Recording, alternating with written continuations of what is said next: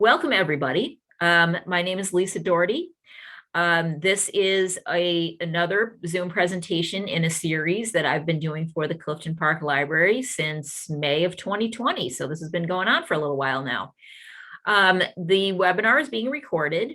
And for this particular presentation, that is going to be very advantageous because there's a lot to go over today.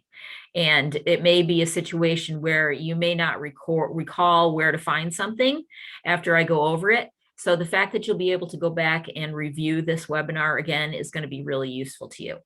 And honestly, as I was going through preparing for this webinar this morning, I thought to myself, oh, there's a few things that I want to talk about, but I'm not quite sure where to find them on the website. So I did a bit of searching and I've been able to find the things that I was looking for. And there's a couple of things that are highlights that I'm going to point out to you, but we're also going to do a general tour of the website. Okay, so to start out, we're going to talk today about the Family Search website. And you can see it here on the screen. The address is www.familysearch.org. So it's a little different with the .org and not the .com. This is basically, for those of you who are not familiar with this website, this is probably one of the most basic genealogy websites online today. Probably, I would say, on par with Ancestry.com. So Ancestry is, of course, the one that everybody knows about, the one that everybody hears about, the one that gets the most publicity. They are a for-profit company. So therefore, you have to pay a subscription fee in order to access Ancestry from your home. Fortunately, you can access Ancestry from a number of the local libraries around. So that's a good thing. But talking about Family Search today and what they have to offer to the genealogy researcher, I think that you're going to find that Family Search has as many records as Ancestry, and probably even more that you may not even know about. So a couple of the main points about Family Search. Family Search is the website of the Family History Library. The Family History Library is located in Salt Lake City, Utah. It is the largest genealogy library in the world. The library was started by the members of the Church of Jesus Christ of Latter-day Saints, also known as the Mormons. It is part of their religion to do their family history. So it's part of their religious beliefs that they need to know who their ancestors are in order to honor them with their modern church membership. So family history is something that the church takes very seriously and is something that they've been engaged in from the beginning. They started probably over 50 years ago collecting records, books, all types of different genealogy records that we can use to research our ancestors.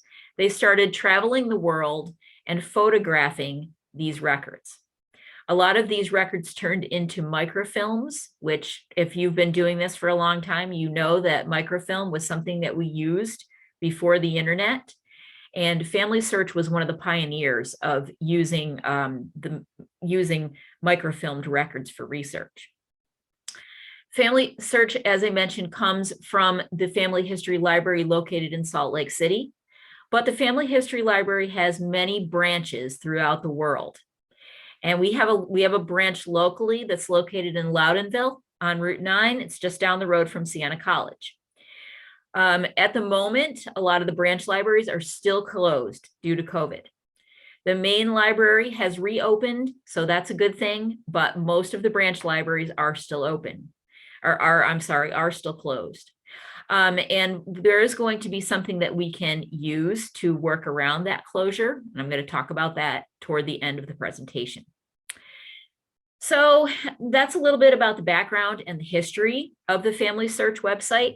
This is a website that is constantly growing. It is forever, there are things being added to the website.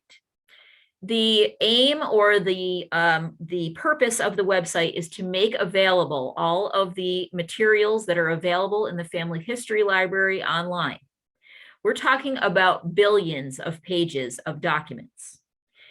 So that goal is a pretty lofty goal. But since about the mid 2000s, Family Search has been using volunteers to make a lot of those records accessible. You as a member of the public have an opportunity to volunteer indexing and transcribing some of the collection of records from the Family History Library. So that's something that you can do as a member of the public to help out the genealogy community. And we'll be talking about that a little bit.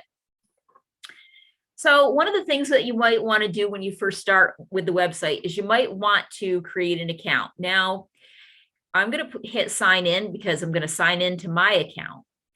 But when you create an account, all you're doing is offering your name and your email address. There is no cost associated with this website. So this is one of the main and very important aspects of this website. This website is free. Anything that you use on this website is 100% free. So any of the records that you use, like census records or church records or any of the other types of records, and there are many records on this website that you use, you are not going to be charged for access to these records. So this is completely different from Ancestry. Everything available at the Family Search website and at the Family History Library is available for patrons to use for free.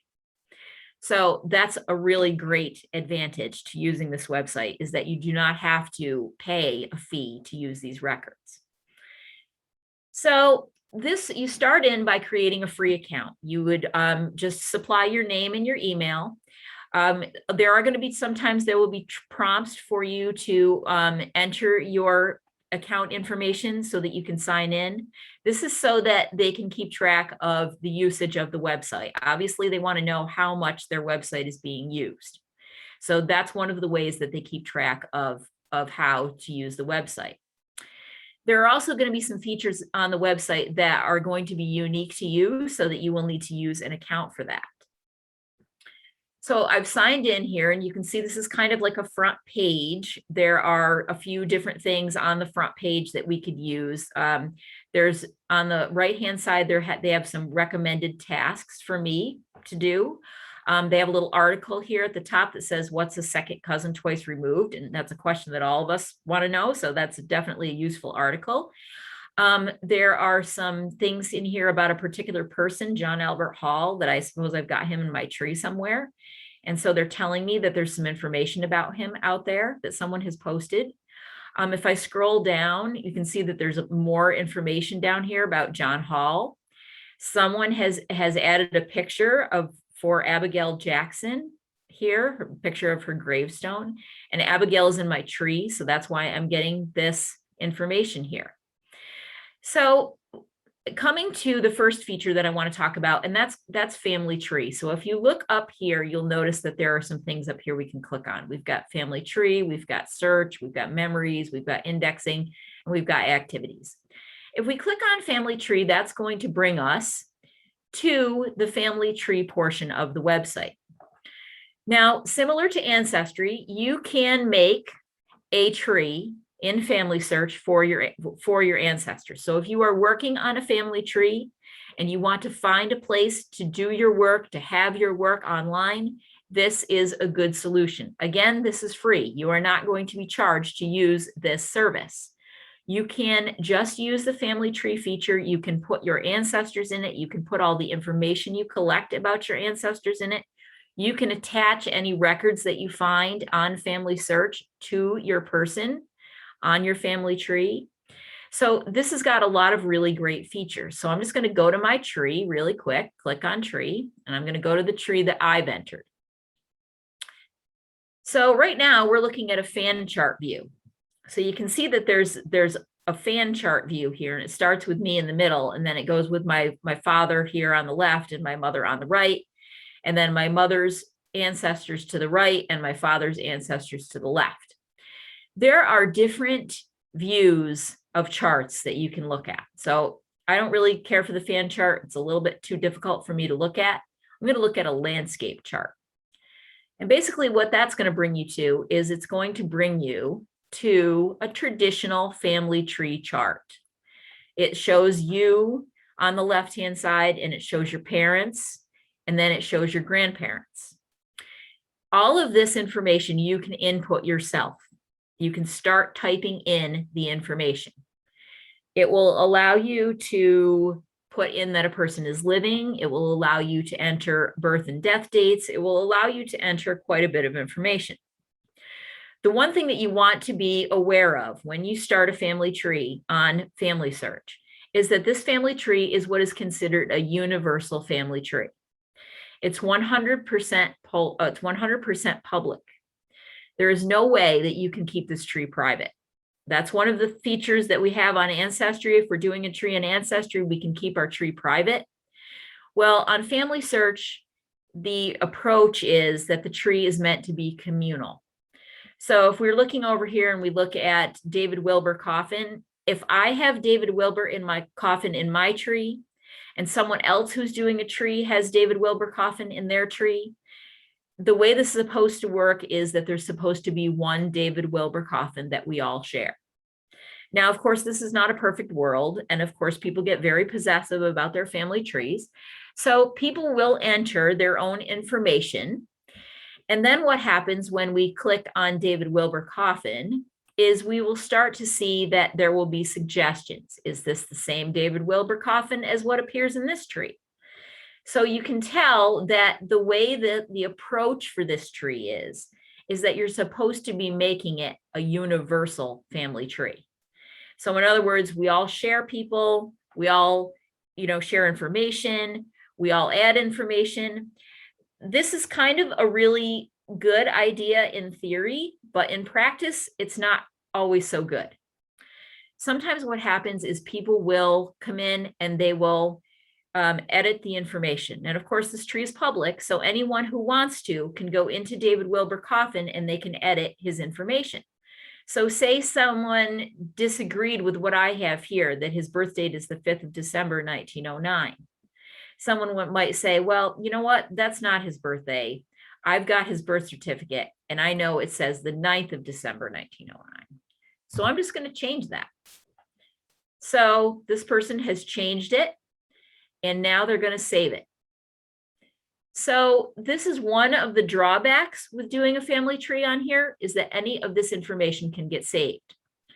Of course, or can get changed by anyone. So if we are doing our tree, and of course we know, like with things that are more recent, the information is more concrete. We can verify the information by using different sources. When we get further back, verifying information gets to be a little bit more difficult. And that's where we might run into some contention. Family Search asks people to verify anything they change with a source. So as you can tell, I just changed the birth date for my grandfather here, and I did not supply a source for that. But technically, that's what we're supposed to be doing when we make changes. And this is especially important if we are making changes to someone who is in dispute, whether we have, John Smith and there's 7 John Smiths in the same town, and we're trying to figure out which John Smith it is.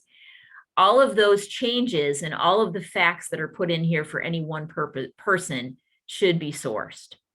Again, we don't live in a perfect world.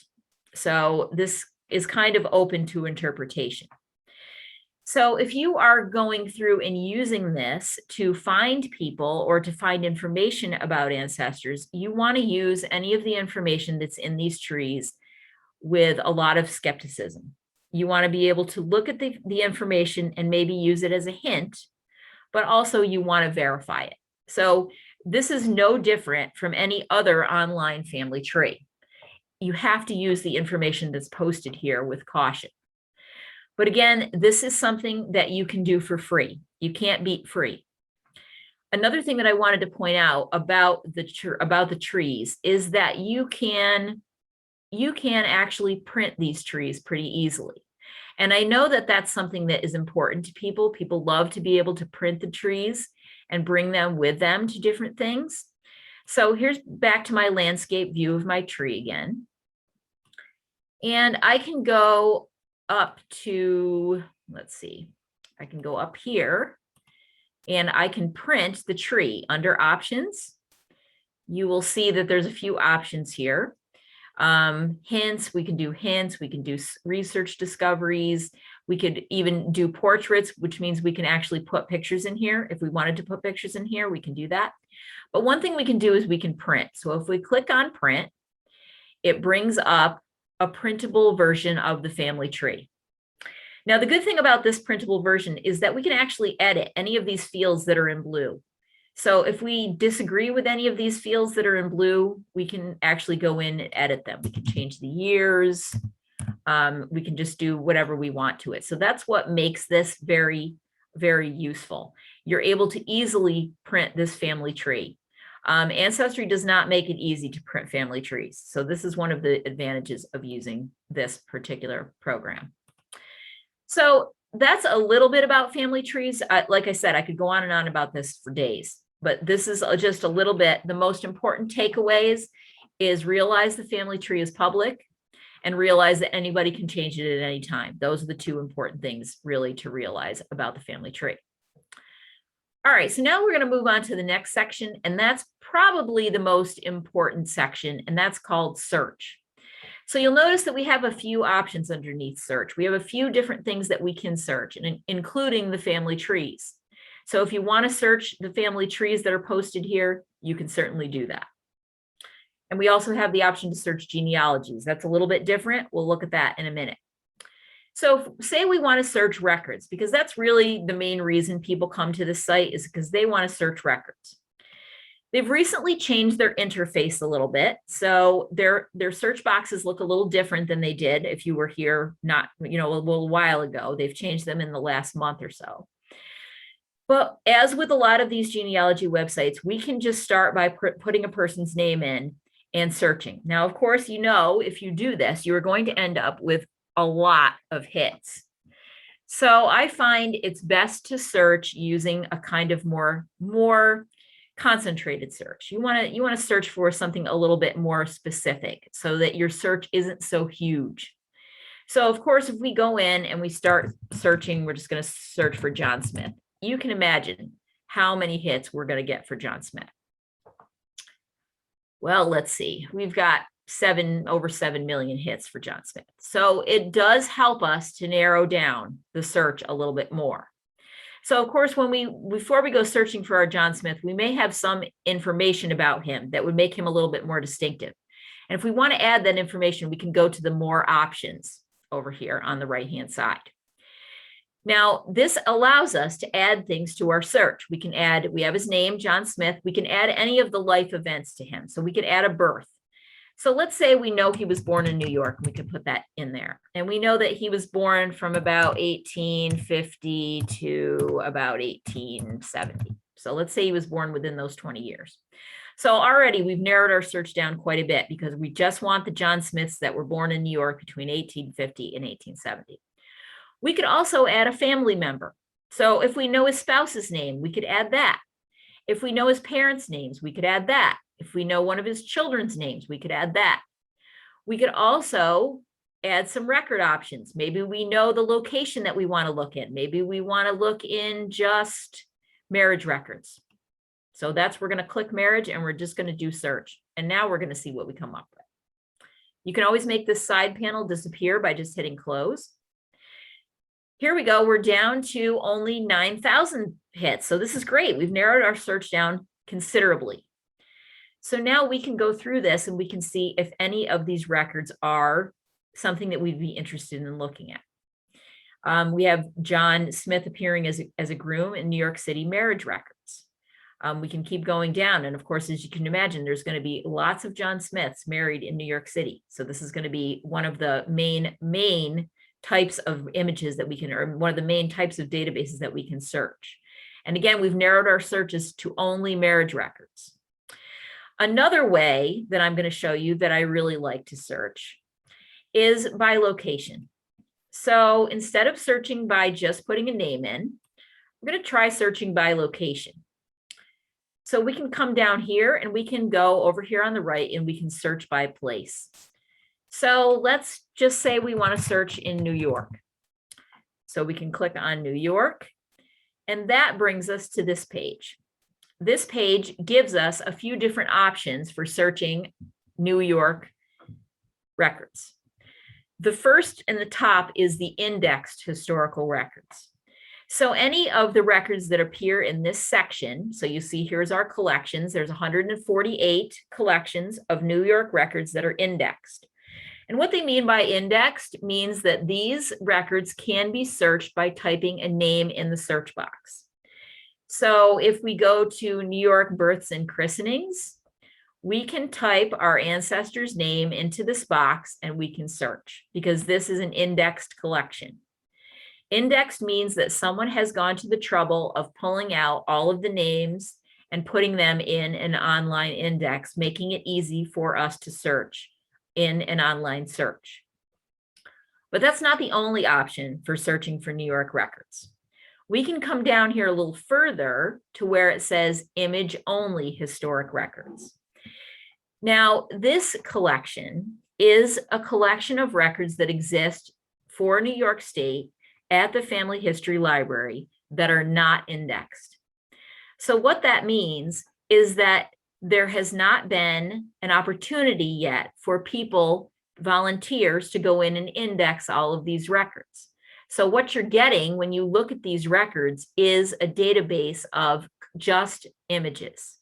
So let's say that we're interested in this New York Buffalo St. Paul's Episcopal Church records from 1812 to 1970. We can click on that. And what we get is you can see there's no search box here. There's no search box because this collection has not been indexed yet by volunteers. But we do have the images. So we can use the images to look for our ancestor. So what we would do is we would click on where it says browse through. And then what we're going to get is we're going to get a screen that breaks down the collection a little bit more so that we can get into it. So do we want to look for baptisms at St. Paul's Church? Do we want to look for marriages? What do we want to look for? So let's say we want to look at baptisms from 1946 to 1951. So we would click on that. And what you're going to get are pictures of the actual book of baptism records from 1946 to 1951. And what you have to do is you have to page through it, page by page by page. So here we have an index of names. We can enlarge it so we can see it better. And we can see that the index shows us what page this record is on. So say we're looking at the record for Richard Boyd Bowen. He's on page 54. So then we could come up here. We could put 54 here, and then we could enter and we could come to this page. And again, we have to look and make sure, oh, we're on page 55. So we know we've got to go back one page and we'll be on page 54 and we should be able to find our record for Richard Bowen. And there he is. So here's his baptism record. He's the son of Richard Lark Bowen and Charlotte Ann Bowen.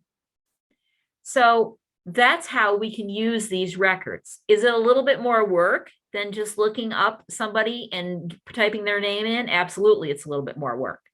But it can be good in the way of this way, you're looking at the records more closely, you're seeing the records in context.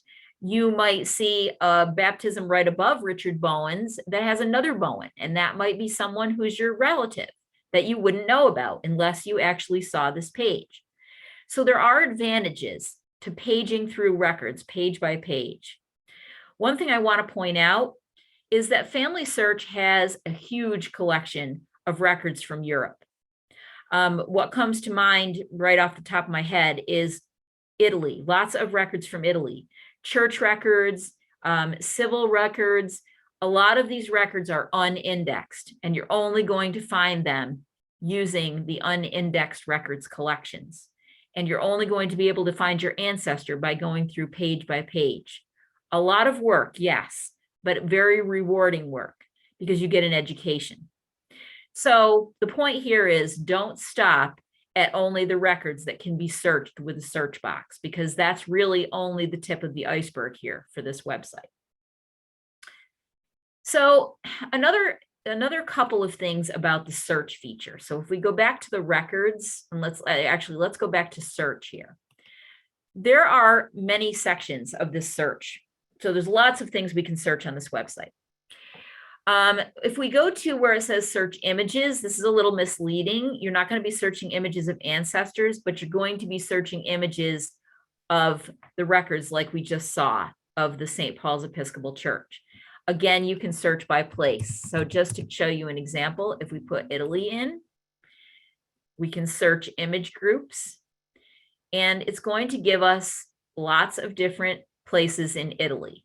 So for Chiavari in Genova, we have civil records here from 1905 to 1917. So if you've got a place in Italy that you're interested in looking at, you can hopefully find it by using this image search. So you can see there's a vast amount of records here. So again, drill down into these and see what you can find and see if there's anything for your specific place of interest. All right, so going back to the search feature, family tree, we talked about that a little bit. If we want to search the family trees, we can search the family trees. I'm going to search just quickly for my great-great-grandfather, David Jackson, and he was born in Schoharie. And I'm just going to put that, and then I'm just going to search it for him, and I'm going to see where he shows up. So you can see there's a few David Jacksons in here. If one of these is my David Jackson, I can click on him and it will show me information about him. Again, these are user submitted family trees. Use with caution. So that's how to search them. Also in the search feature, we can search what's called genealogies. These are a little different than the user submitted trees. These are trees that were submitted by church members. So these trees go back to the 1950s. And if any of you are familiar with the Family History Library, there was something that they called the International Genealogical Index, or IGI. That consisted of data that was submitted by church members. And years ago, when we used to go to the Family History Library, the IGI was something that we would use to try to find our ancestors in. You can search the IGI here under search genealogies. If you scroll down, it'll tell you what you're searching exactly. You're searching all of these different things when you search genealogies. So there's quite a few things in here. You're searching trees at My Trees, at Roots Finder, at American Ancestors, which is the website of the New England Historical Genealogical Society. So there's a lot of information here that you can search. Also under search, we have the catalog. The catalog is the catalog of the Family History Library. This is going to be the place where you're going to find anything that is in the catalog of the Salt Lake City Library, but you're also going to be able to find if it's online or not. So if you're searching for a specific place, you're searching for specific records from a specific place, the catalog will tell you what's in the collection. It will also tell you if it's been digitized, and it will also tell you if it's been indexed. So there's also a lot of information here. The book section, you can search for books that are located both in the Family History Library, but also in the Allen County Public Library in Indiana, the Arizona State Library, the Birmingham Public Library in Alabama, lots of different places where you are going to be searching for books. You will find actual digitized books in this collection. So if you're looking for a county history, for example, or you're looking for a family history book, you may very well be able to find it digitized in this section. Any of the books that you would find digitized, of course, have to be out of copyright. So I think that's about 100 years. So anything that was published 100 years ago, it's very possible that you will be able to find it here. So finally, the last search part here is the research wiki. The research wiki I find to be very helpful as a how-to guide. So if you are trying to figure out how to do a certain thing genealogy-wise, the research wiki is going to be very invaluable to you. If you say you're working on your Italian grandparents, you want to know more about your Italian grandparents, but you don't know what kinds of records there are to search in Italy, you could go to searching by a place. You could search Italy, and you can see you have all these topics here. You've got Italy genealogy, Italy civil registration, Italy church records. So if we just click on Italy genealogy, it's going to bring up all of these different pages that have to do with Italy genealogy. Lots of information here, getting started with Italy research tools, including document translation, which is something that's very big with people that are researching in different areas. They may not read the language that the records are in. So document translation is something that's really helpful, and that's available here on the wiki. Advice on locating the town of origin in Italy, how to do that. Lots of good things here. So if we just go to how-to guides, say, we go to how-to guides, what you're going to find is you're going to find articles. The wiki consists of articles. So consider it your personal guide to any type of genealogy that you want to do. Say you want to research your Revolutionary War ancestor and you have no idea how to do that. You can search the Family Search Wiki, and it will come up with some articles for you to examine on how to research.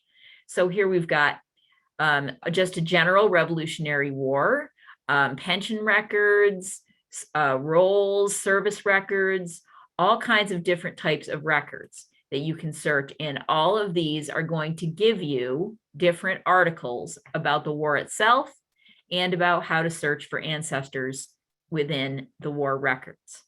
So the wiki, consider it like the Wikipedia of genealogy. There's lots of great information here, even drilling down into local areas. So if you want to research Albany, there's going to be something about Albany in here. If you want to research a town in Indiana, you very well could go to Indiana and search for a town in Indiana. So the wiki is a really wonderful and useful thing to use for finding out about your ancestors and how to research them. Another thing that I want to point out, going back to the main screen and in the same theme of help, Family Search offers a series of videos. Now, I am a visual learner. I like to see things demonstrated. That helps me to learn. And that's one of the things that Family Search is really good at having people do, is helping them by showing them. So in order to get to these videos, you would click here on the little question mark. Click on the question mark, and you can see that you've got this little help section that comes up. The next thing you're going to want to do is you're going to want to go to the got it written down here, Help Center. Click on Help Center. And then in the Help Center, we're going to search by topic. So you see you've got a few topics here. If we want help with family tree, we want help with any of these things, we can get it. I'm going to do View All. We're going to look at the Learning Center. Going into the Learning Center is where you are going to find what they call lessons. All of these are video lessons. So we've got everything from getting started in genealogy to research processes to anything you can possibly think of. So say I want to know how to figure out how to read German handwriting. Well, there's a video for that. See, there's a German paleography seminar, the alphabet, key abbreviations, key words, all kinds of different things. You can keep going down here. You can see at the top, here's Old German Script Part 3, Old German Script Part 1. All of these are going to be videos that you can watch at your leisure. These range in length from a couple of minutes to 30 minutes. They are all given by experts from the Family History Library. So the person doing the video on Old German script is someone that has a lot of experience in researching in this aspect. So you can start these videos, you can stop these videos, you can watch them. Most of them have a handout associated with them that you can click on and print. All of these videos are accessible 24 hours a day, 7 days a week, all completely free. Again, they are going to offer you a lot of help when it comes to learning how to research in different areas that you're not familiar with. Again, I find it very useful to be able to actually view videos, to be able to see what I'm looking at and what I'm learning about. So this is really going to be very helpful to you. And again, this is all free and available to you at any time. So definitely definitely take advantage of it. So there is one more thing that I want to point out that is a sort of a special, different kind of thing. And this is definitely not something that you would know about unless you were either a regular user of the website or you are a member of any number of Facebook genealogy groups that happen to talk about this quite a bit. But because of COVID and because of the family history libraries being closed at the moment, most of them being closed, Family Search is offering a records lookup service. So as many of the records that are on here, there are still thousands, millions more that are not accessible online. The only place you can access them is either through the Family History Library itself in Salt Lake City or in a branch library. And of course, we know that the branch libraries at the moment a lot of them are closed, including the Loudonville one. So Family Search is offering a lookup service for people who can't get to a branch library or who can't get to the Salt Lake City Library. And I'm just going to demonstrate what this could entail for you. So I've done a search for Thomas Penders here. He's maybe one of my ancestors. And I happened to find him in the New York City municipal deaths. So he died at the age of 18 in New York City. And this is the kind of database. This is something that a lot of us would use fairly regularly if we have ancestors in the city that we're researching. The New York City vital records are indexed and they are available for searching on Family Search. So we have the births, we have the marriages, and we have the deaths. So this one happens to be a death for Thomas Penders. So this is great. It tells me the day that he died, tells me the day he was buried, tells me where he died, his estimated birth year. It says that he was born in the US. His father's name is Patrick Penders. His mother's name is Mary Reddington. And it also tells that he was buried in Calvary Cemetery and that it gives an address 158 East 45th Street. So this is great. This is wonderful information. It's all, and I could stop right here if I wanted to. But because I really want to know more about him, I really want to get a look at the actual real image of the record. In general, it's really good practice to always look at the image of the actual record. Sometimes that isn't possible, but in this case, because we can request a lookup of this record from Family Search, it is possible. So since it's possible, why wouldn't we do it?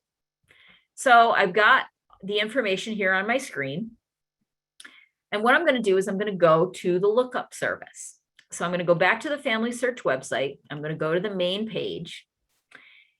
Then I'm going to go into the search. Now, this is going to be one of those things that you're probably going to want to go back later on, and you're going to want to refer to the steps to do this, because believe me, it took me a little while to figure this out this morning. So we're going to go to search, and then we're going to go into the research wiki.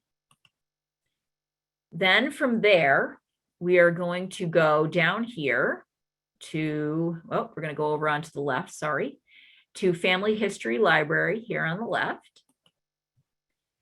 And then we're going to go into services down here. So we're going to click on services. And then we're going to click on records lookup service right here. That brings us to a page where we're going to click on request lookup. So what we're going to do to get our record about Thomas Penders is we're going to fill in this form. So you're just going to fill in your name and you're going to fill in your email. Email in here. And then you're going to confirm your email. You're going to put your phone number in. Then you're going to say, which do you want to request? Do you want to request an image from a film, or are you requesting a book? So we know that we're requesting an image from a film, because remember, that's where all of these records are coming from. They're coming from microfilms. So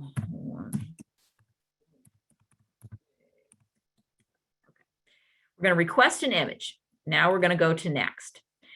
Now we're going to need to go back to our image, and we're going to need to refer to a few things. So we're going to go back to our image about Thomas Penders here. So what we want to do is we need to put the film number. We're going to find that over here on the left under document information. There's the microfilm number, 1323092. So 1323092. Then we are going to find the image number, which is also here, 01541. 01541. And then we're going to put the link to the image. We're going to go back to our image. We're going to click on the link. We're going to copy it. And then we are going to paste it into this field here, right there. And then you're going to put the date of the record, which is simply the date of the death, which here is the 17th of July, 1905. So 17th of July, 1905. And then you're going to put the name of the person, and that's Thomas Penders. And then the name of the city or town, and I believe it's Manhattan.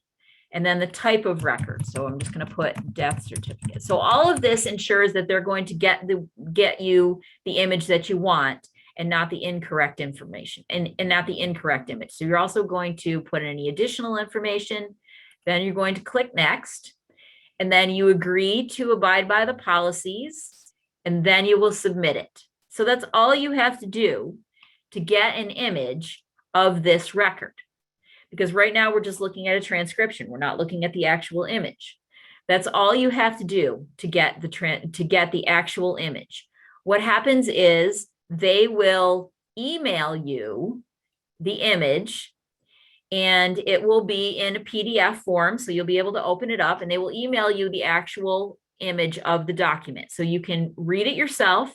You can interpret what it says yourself. You can see any additional information that is not included in the transcribed copy. And a lot of times there is additional information. It's just not transcribed. So this is going to allow you to make an assessment of that record with your own eyes instead of relying on a transcription. This service is available for any type of record that you cannot access the image online. I just use the New York City death records because that's a fairly standard thing, something that people would use fairly frequently, but this goes for other things too. So if the image of your record that you're looking at is not available online, know that you can go into this request system and you can request a copy of the record from the Family History Library. They're pretty good about getting back to you. Usually within a couple of weeks, they will get it back to you. You're allowed to make up to 10 requests per week. So that's a pretty good substantial number of requests.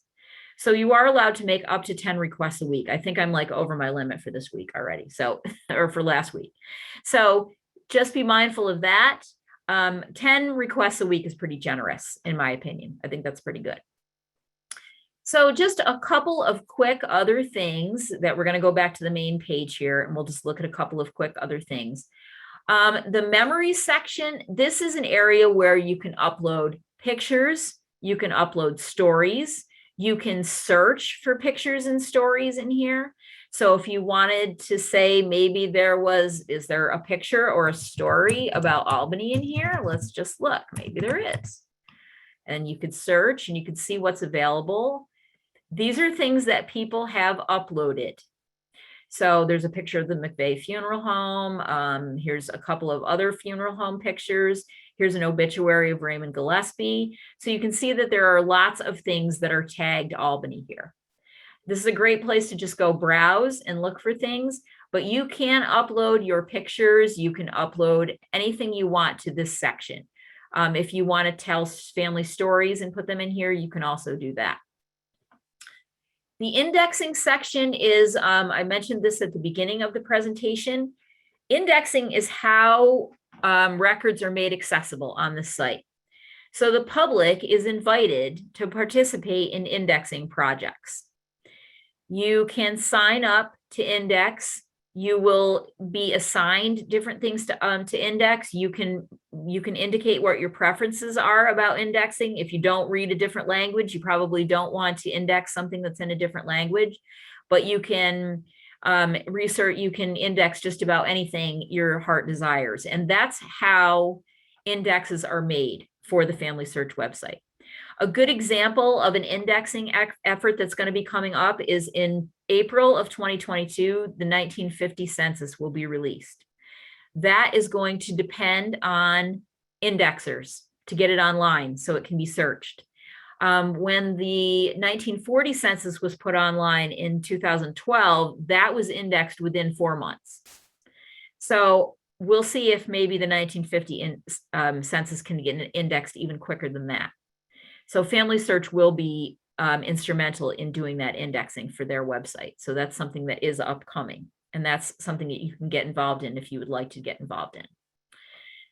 The activities section is basically the fun section. This is what I like to call the fun section. If you want to get children involved, if you want to get your children or nieces and nephews, if you want to get more family members involved, and with the holidays coming up, this might be a great section to explore for different things about how you can share your family history. This has got lots of great ideas on it for fun things. Maybe you want to find out how you're related to famous people. There are tons of different things that you can do in this section. So this is the activities section. Think of it as the fun section, the place where you would find fun.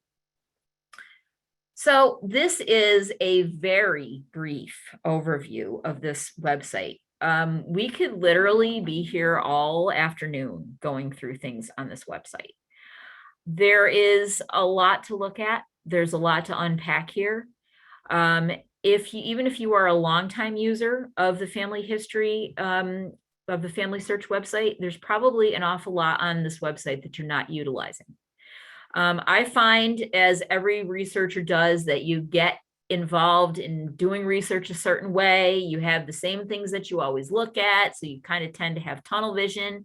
But this is a really good opportunity. By exploring this website, this is a really good opportunity to break out of your tunnel and to look into learning about using something new.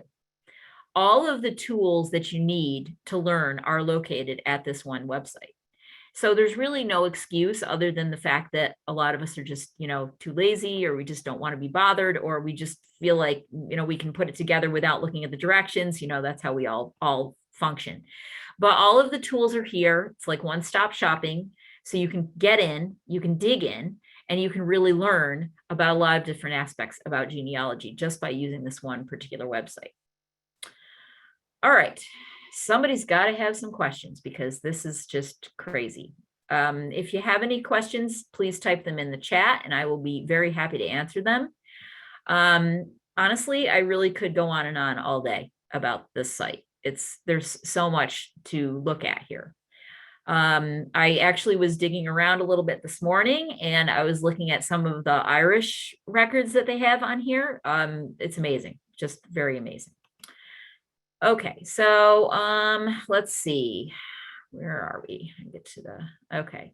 Huge thank you. Is the LDS library open now? Yes, the library in Salt Lake City is open. I believe that most of the branch libraries are not open still. I know that the Loudonville branch is not open at the moment. So the local branches are the ones that are mostly closed. The library in Salt Lake City is open, however. So if you're going there, then great, you're able to go in. But that's the only thing that I know for sure is open. But again, they are offering the lookup service for us, and I urge you to try that. It's truly a wonderful thing. Anybody else got any questions about any of the aspects of the site? Or maybe something I didn't go over, or, I'm sure I missed about a million things on here. I probably only really just hit the tip of the iceberg here with this site. Volunteer opportunity. Okay, the volunteer opportunity is basically the indexing that we were just talking about it. But this particular one here that says new volunteer opportunity, health fix place names. So it gives you an opportunity to try it. before you do it. You can enter user entered, see the user entered place, compare it to the places in other life events. You can select a country. So if you want to do Ireland, you can select Ireland, or of course, Ireland's not in here. So let's just do Italy since we're here. We'll do Italy and we'll look at the 10 places. So it's telling me that someone who indexed it as Catanzaro. So what you're going to do is you're going to look and you're going to choose which one of these places is Catanzaro. Well, I would say it's probably in Italy. So that's basically what it is. That's what that volunteer opportunity is. There's plenty of other volunteer opportunities. I saw that you could request a book. Yes, Mary, the same procedure. So what you're going to get is you're not going to get the whole book. You're going to get the pages that you're interested in. So you are going to be able to go in and look up your book in the catalog. So you would go into the family history catalog. And again, to do that, you would go all the way out here. You'd go into search and you would go into catalog and you would search for your book. You can search by the title, you can search by the author, you can search in different ways. So you would search for your book. When you find your book is going to have a catalog number, and you will hopefully be able to look at an index so you can search a page number. I haven't done a request for a book yet, so I'm not sure 100% how it's done, but it is going to walk you through it. It is going to tell you exactly what you need to be able to make that request. So it's pretty foolproof. It's pretty easy to go through. All right. Eileen says, interested in Irish ancestry, went back with ancestry.com, but got not as much. Looking forward to using this. Yes, absolutely, Eileen. It's going to be a really great opportunity for you to explore your Irish roots more thoroughly than what's on Ancestry. Okay. Yes. So try the book lookup service. It will walk you through it. It's going to be fairly easy. It will tell you exactly what's going to be necessary. If you have any questions, you can email staff at the library and you can ask them your questions and they will be happy to answer your questions. So at any point when in the process, there will be a place for you to send an email to somebody at the library. So has anybody else got any questions? Let's see. Any suggestions about finding out the legal career of a New York attorney? Ouch. You might try Who's Who. I'm not sure if there are Who's Who books on Family Search, but that might be a way. Also, city directories might tell you about when and where he practiced. You might be able to find information in newspaper articles. That's a good place to look. Any kinds of not only articles in newspapers, but also advertisements, which might tell you what type of attorney that person was. City directories are going to give you basic information. There might be biographical information in certain places, depending on the time period. You might try, depending on where it was in New York, you might try a county history. If it's in upstate New York, you might be able to find an information about an attorney that way. Trying to think where else. Those are probably going to be the basic sources. It's going to largely depend on the time period and the location. Probably local sources, if you're dealing with an upstate New York town, for example, if it's an attorney in Glens Falls, you could contact the Glens Falls Library. They would probably have more information about their local business people. So that's another alternative, is to use the historians and the libraries in the local area where you're looking. Okay, so is this now or going to be tied to DNA? It is not, and as far as I know, it is not going to be. Family Search does not have any DNA testing component. they're leaving that mostly to Ancestry and to MyHeritage and to the other sites like that. They're not getting involved in the DNA world. So that's not something that can be tied to these trees. But again, Ancestry has that, MyHeritage has that. So it's easily done on those websites. Anybody else got any questions? How far back could you go with Irish ancestry?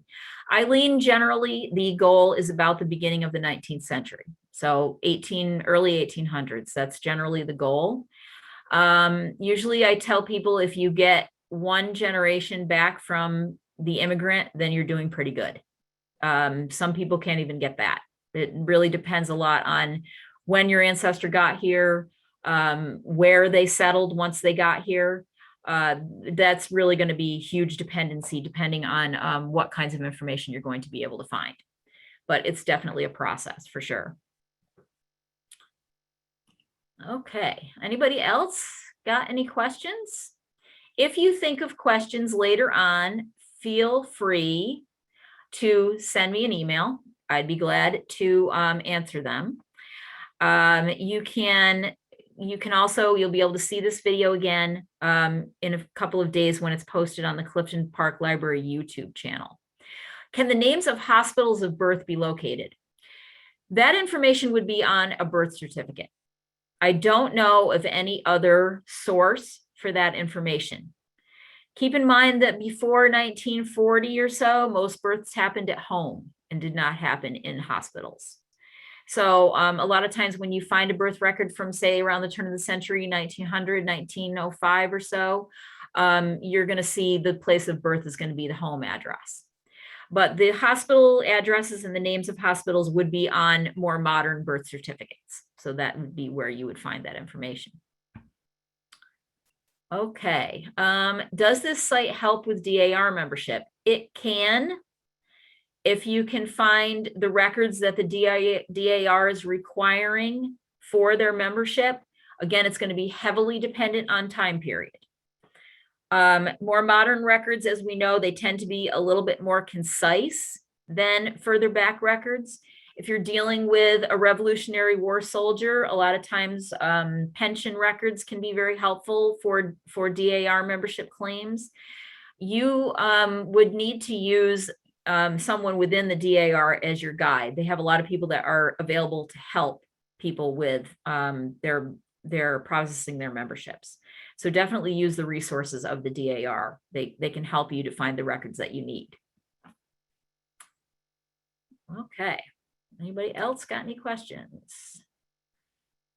Well, like I said, if you have any questions, any further questions, you can email me. I also have a Facebook page. It's called Upstate NY Genealogy by Lisa Doherty. If you like that page, you're welcome to ask me questions there as well. And I usually post any of the kinds of presentations I'm doing on there. I'm doing a presentation on Thursday night at 6:30 for the Troy Irish Genealogy Society, and that's going to be on 2 sets of records from New York City and Boston that you can use for finding out about your Irish ancestor.